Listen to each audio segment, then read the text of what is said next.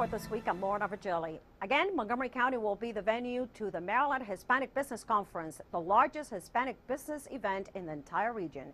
On September 6th, small and minority business owners will have the opportunity to meet with government and corporate America to continue business growth in the region.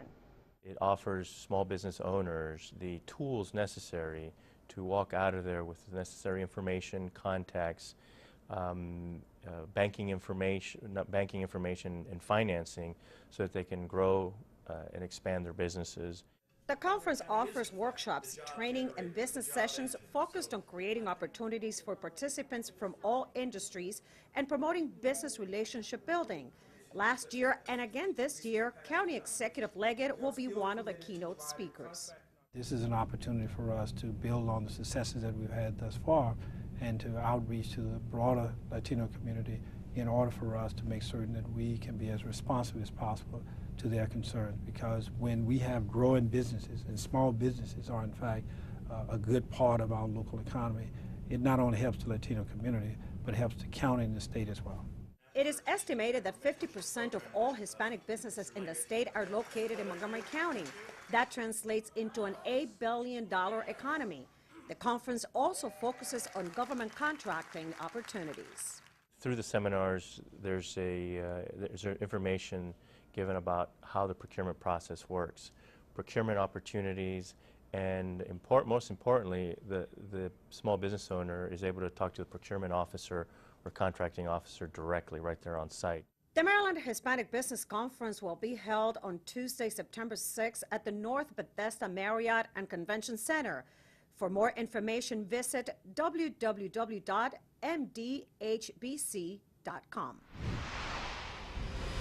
Montgomery County has been able to hang on to its AAA bond rating despite concerns surrounding the federal debt ceiling. Officials are approaching business in the county cautiously. Last week, County Executive Ike Leggett announced he would cut $150 million in capital spending. Council President Valerie Irving praised the executive for his decision to scale back. We have to be very careful about how we maintain our AAA bond rating, and the capital budget's really interesting because it's not all paid for with current revenue, it's paid for with bonds, and so that means we're carrying debt.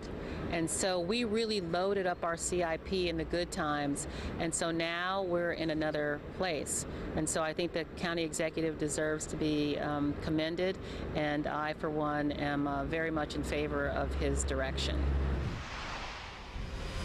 Montgomery County Redistricting Commission is working on a once-in-a-decade task of redistricting the 5 county council districts. New council district boundaries will be recommended based on information gained from last year's census.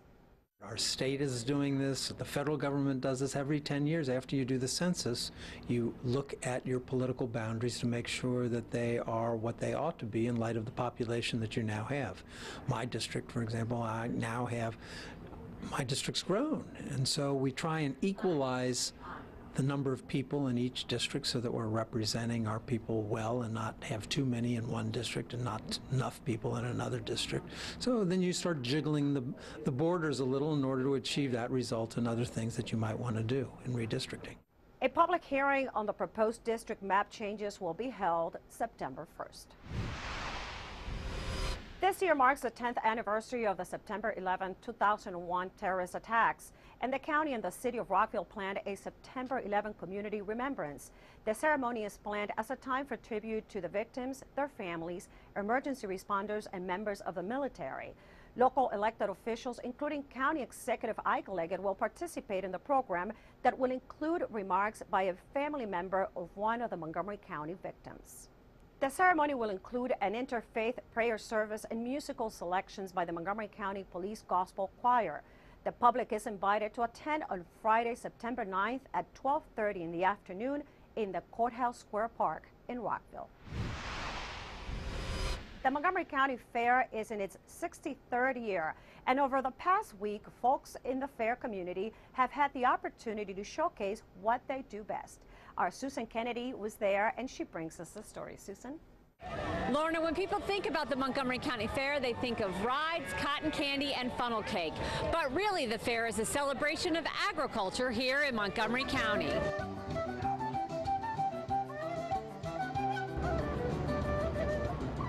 It's the largest fair in the state of Maryland. The Montgomery County Fair is a showcase for 4-H leaders and future farmers of America to promote agriculture for folks today and for generations to come. Over many, many decades, this is one of the great traditions of our county. Of course, at one time, we were primarily an agricultural county before World War II, but even as the suburbs have grown and the urbanization has increased, we're still very, very proud of our agricultural heritage, the history, but also the ongoing economic activity that's generated here in Montgomery County. Almost 1/3 of the county is set aside permanently as agricultural and open space. One of the highlights for many is a visit to the birthing center where several calves are born during Fair Week. Lilac made her grand appearance just a couple of hours before we arrived. And how long did it take her to give birth to this calf this morning? This one here was about two and a half hours. It was the process for her. Usually what I'll do is after I get so many cows, I'll sell the cows to the farmers so they can milk the cows. Montgomery County is real rich. The soil's rich, produces good quality animals and produce, grains. The fair is a good asset to the agriculture. Lets the public know exactly what can be produced in Montgomery County. The same holds true for Aaron Walker. They milk 120 cows 2 times a week at their Damascus farm. We've been on the same farm since 1796. I'm the 9th generation, so after that kind of tradition, it's kind of in your blood. You can't drop the ball. You just got to keep going. The job of king and queen of the fair is to promote agriculture in the community through education efforts. This year's fair king, Michael Buscemi, says there's a lot the public doesn't know about the role agriculture plays in our daily lives. I think a lot of people that come to the fair aren't even aware of the 4-H program, and I think that's a shame because there's just so many different aspects that any type of person could get involved. There's the animal clubs that you have in 4-H, but then again there's other clubs. There's electronic clubs, there's community service clubs, so there's really something for everyone, and I think if more people realize that, then they would be more interested in joining 4-H. Everything in 4-H is just really good for all kids, and we really try and tell that to all the kids. We go to library visits, we go to 12 each year, and then we're also trying to promote 4-H and the fair as well in our barn tours this year. And we found a little healthy competition in one of the dairy barns where the title of Grand Champion was under discussion.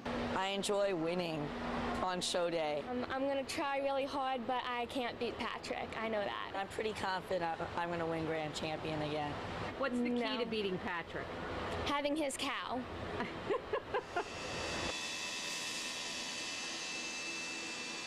And while these competitors spend all their time getting their animals ready for the big show, there's always those folks who come for the rides. I'm Susan Kennedy for County Report This Week. When we come back, we will get a police update about a flash mob theft that occurred in Germantown. And we talk with County Executive Leggett about this particular incident and how a teen curfew can help. I'm Rockville 11's Bridget Breuer at the Rockville Senior Center. We had the chance to check out an exercise class where the students were sitting down on the job. We'll have more when County Report This Week continues. America's economic prosperity in the 21st century will depend on cybersecurity. With over 1.9 billion people online across the globe, cybersecurity jobs are in high demand to protect our public and national security. Master today's technology by enrolling in the Montgomery College Cybersecurity Program. We prepare entry-level computer technicians with expertise to enter the workforce or transfer credits for advanced degree opportunities. Apply today. Montgomery College, endless possibilities.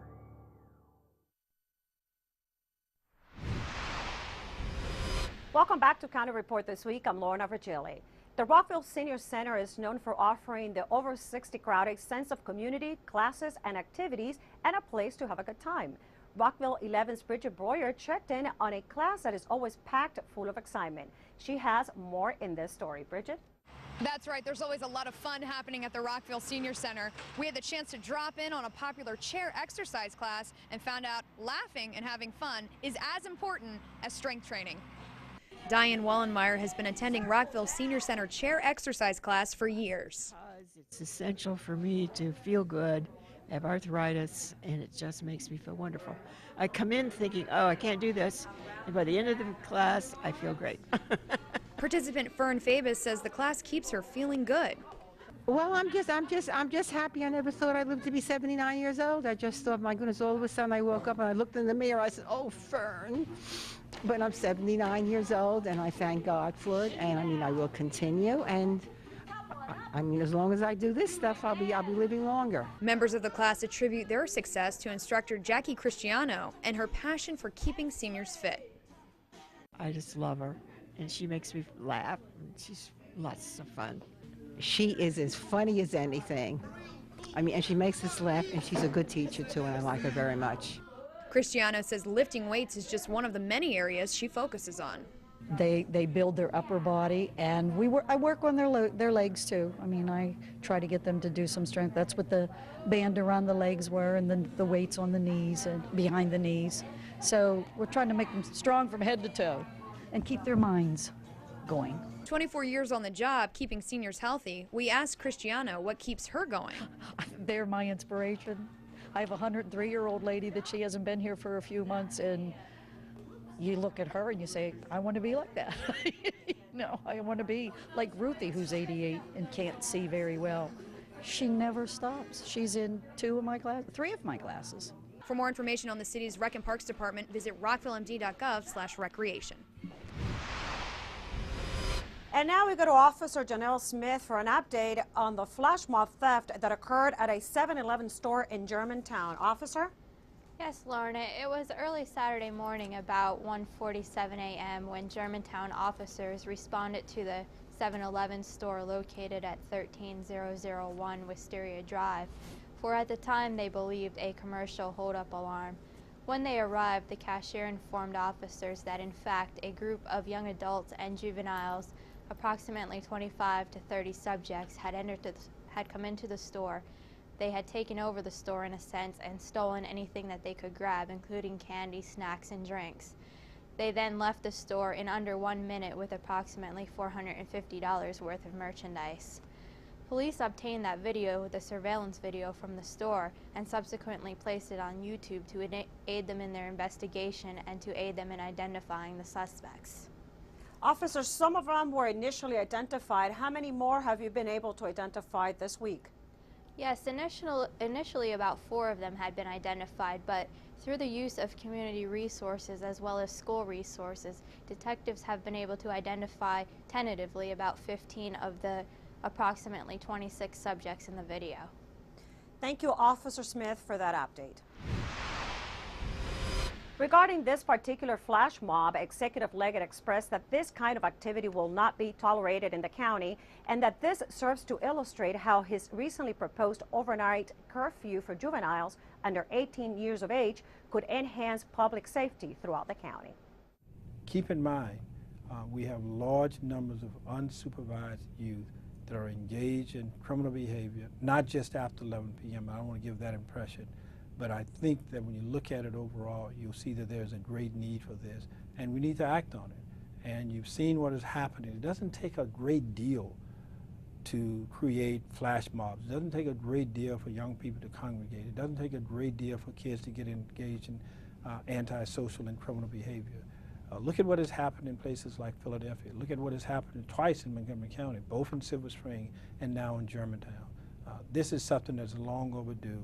And I think we need to come out of denial and deal with a problem that is growing and is likely to get worse. I do not want to have an incident of a huge magnitude in Montgomery County. We look back and said, we should have done this, we should have done that. No, the best thing to do is to be proactive and to get ahead of the game and to try to deal with it as effectively as we can now. When we come back, we will tell you who's moving in at Montgomery College Germantown campus.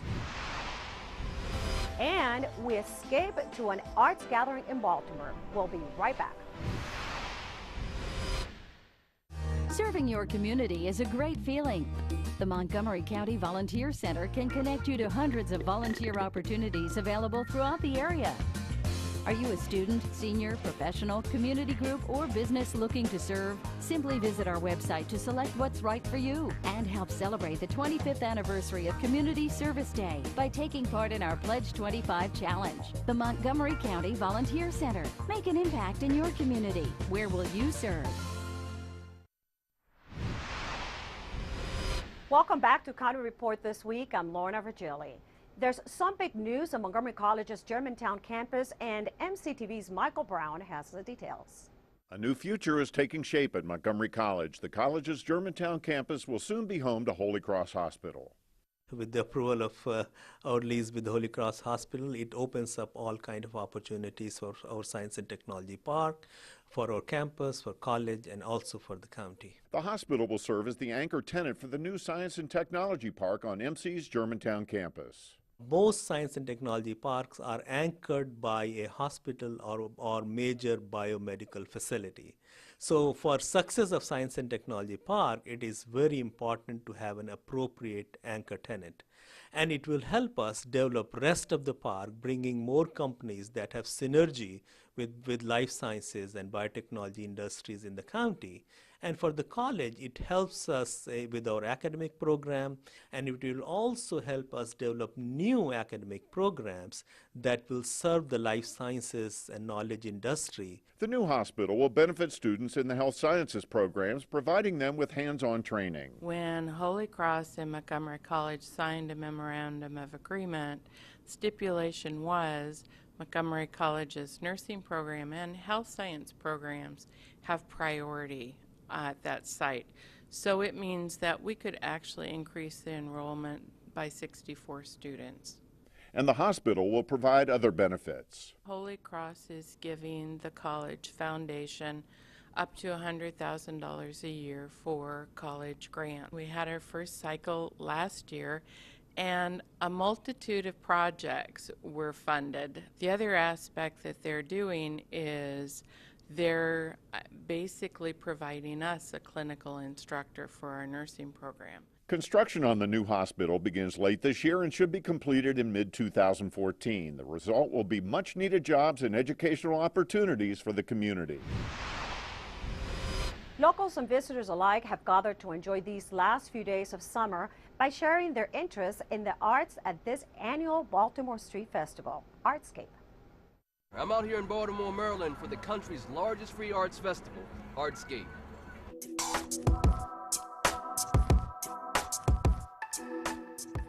Baltimore was founded in 1729 as a port city for tobacco and sugar.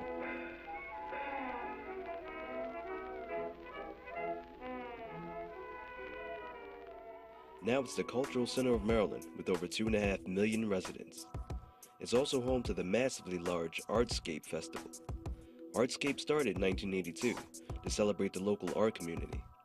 Today it's the country's largest free arts festival, spanning 12 city blocks and hosting over 350,000 people. Basically, it's a great place to get food, to see free performances of all kinds, to buy some great art.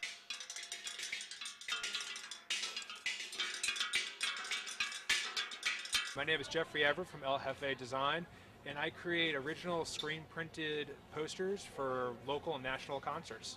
Most of the inspiration comes from bands, their lyrics, kind of their overall tone, but a lot of it is just sitting down, cup of coffee, working late hours, and my little kids saying, "Daddy, draw me something."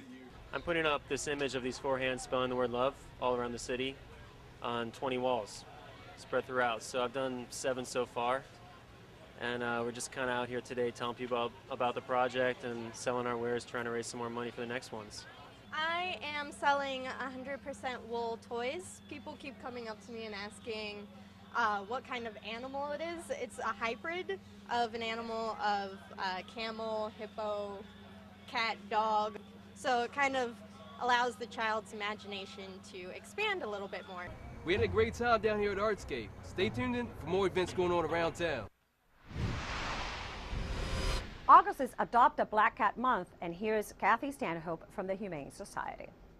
Hi, this is Kathy Stanhope with your Pet of the Week at the Montgomery County Animal Shelter, and I'm here with Bronco. Bronco is a very lucky little black kitty. He came in as a stray just yesterday, and we're already featuring him on the show because he's so sweet and he's really looking for a home. And August is the best time to adopt a black cat from the shelter because August is Adopt a Black Cat Month. And we are doing a very special deal where you can come in and adopt a black cat that's 6 months or older, like Bronco here, who's about 9 months.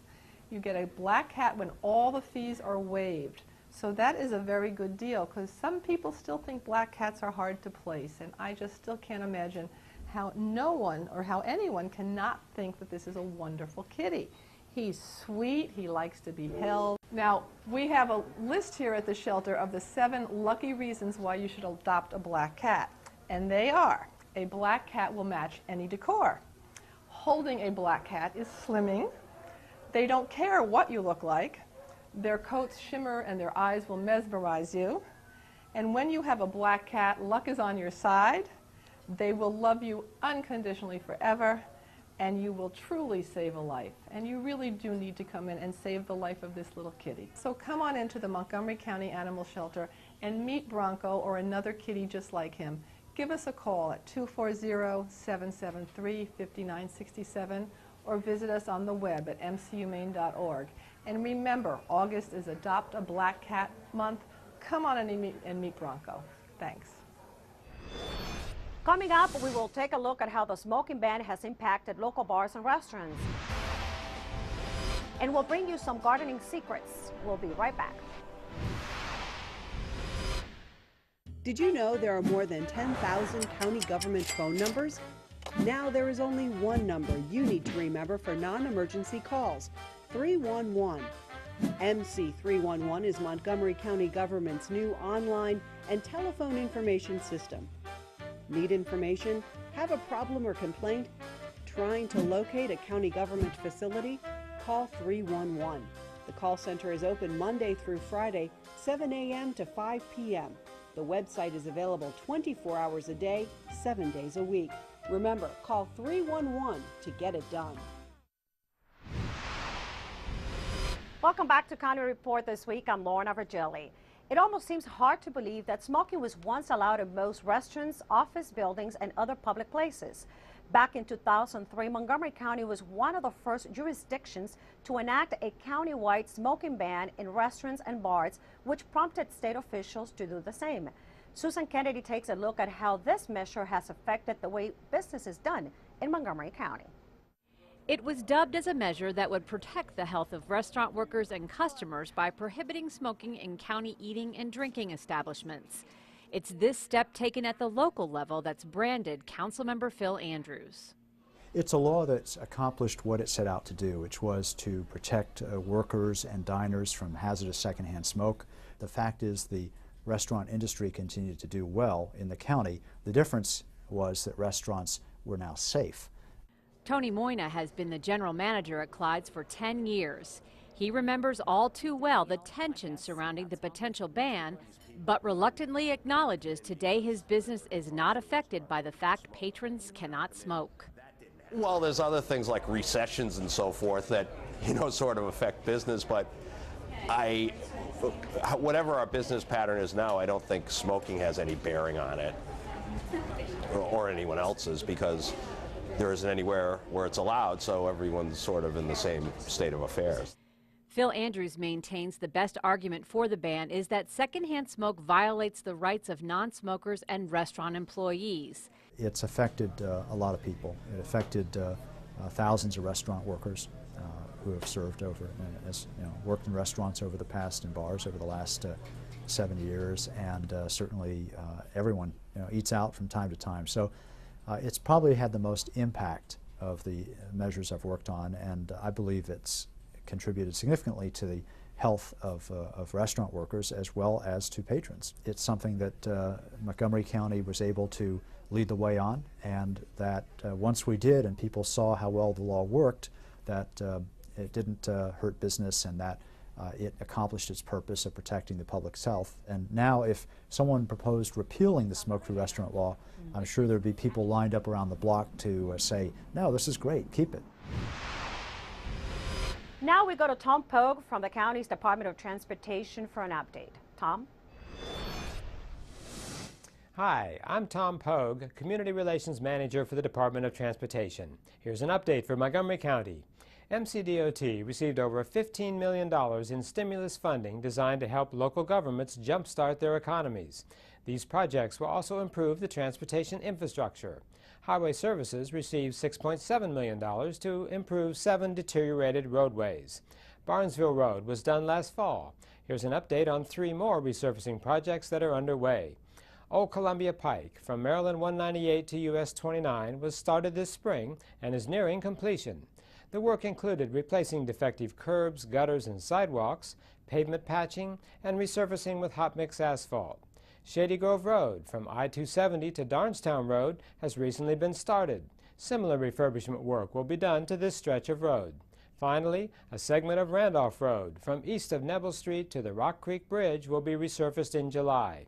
The remaining projects, Forest Glen Road, Travilla Road, and Whiteman Road, are expected to be completed this fall. For information about other stimulus funds, go to our website at montgomerycountymd.gov/recovery. We're working to keep you moving. There is a Brookside Library where you can look up different plants and even learn how to create a rain garden. Our friends at Brookside Gardens tell us about this resource for gardeners. Do you have a perplexing plant question? Are you looking for resources on how to create an organic vegetable garden, design a rain garden, or learn how to start composting your yard waste? You can find all of these resources and more here at the Brookside Gardens Library. Hi, I'm Jared Ashling, Volunteer Coordinator and Library Horticulturalist, coming to you from the Horticultural Reference Library at Brookside Gardens. The library contains over 5,000 reference books and 30 periodicals. We also maintain a large collection of current seed and plant catalogs and a searchable database that allows us to identify the exact location of virtually every tree and shrub in Brookside Gardens. We also host several Master Gardener plant clinics throughout the week. Master Gardeners are trained horticultural volunteers from the University of Maryland Extension. They're here every Saturday from 10 a.m. to 2 p.m. and Sunday 1 p.m. to 4 p.m. During the growing season, from April through October, we also offer 2 additional weekday Master Gardener plant clinics on Wednesday and Thursday from 1 p.m. to 4 p.m. These plant clinics are a great way to get friendly garden advice, identify weeds, and learn solutions to all your plant problems. Check us out online to see the Master Gardener Plant Clinic schedule, search our living plant collection database, and discover other exciting horticultural resources. And that does it for County Report this week. Join us at this time every week for a look at what's going on inside Montgomery County. Today, we're going to leave you with some sights and sounds from the county fair. I'm Lorna Virgili, and thank you for watching.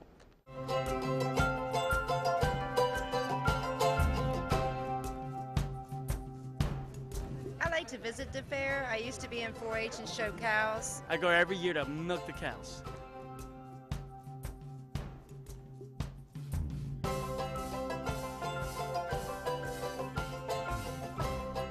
We feel that the fair is a very important aspect of Montgomery County. It's a very big event. It's a wonderful place to promote agriculture in Montgomery County.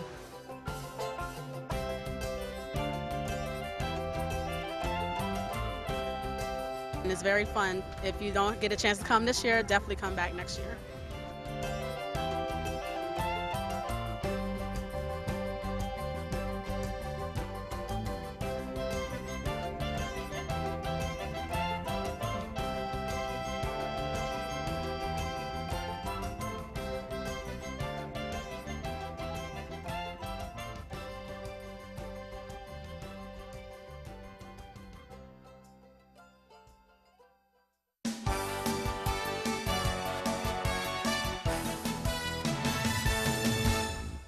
Register now for fall semester classes at Montgomery College. Course listings are available on the web and registration is now online only. For assistance and information, stop by the Admissions and Records Office online or at any of our 3 campuses.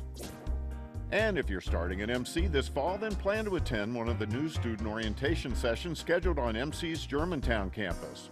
The sessions offer a variety of workshops that provide essential information to help students successfully navigate their first semester at MC.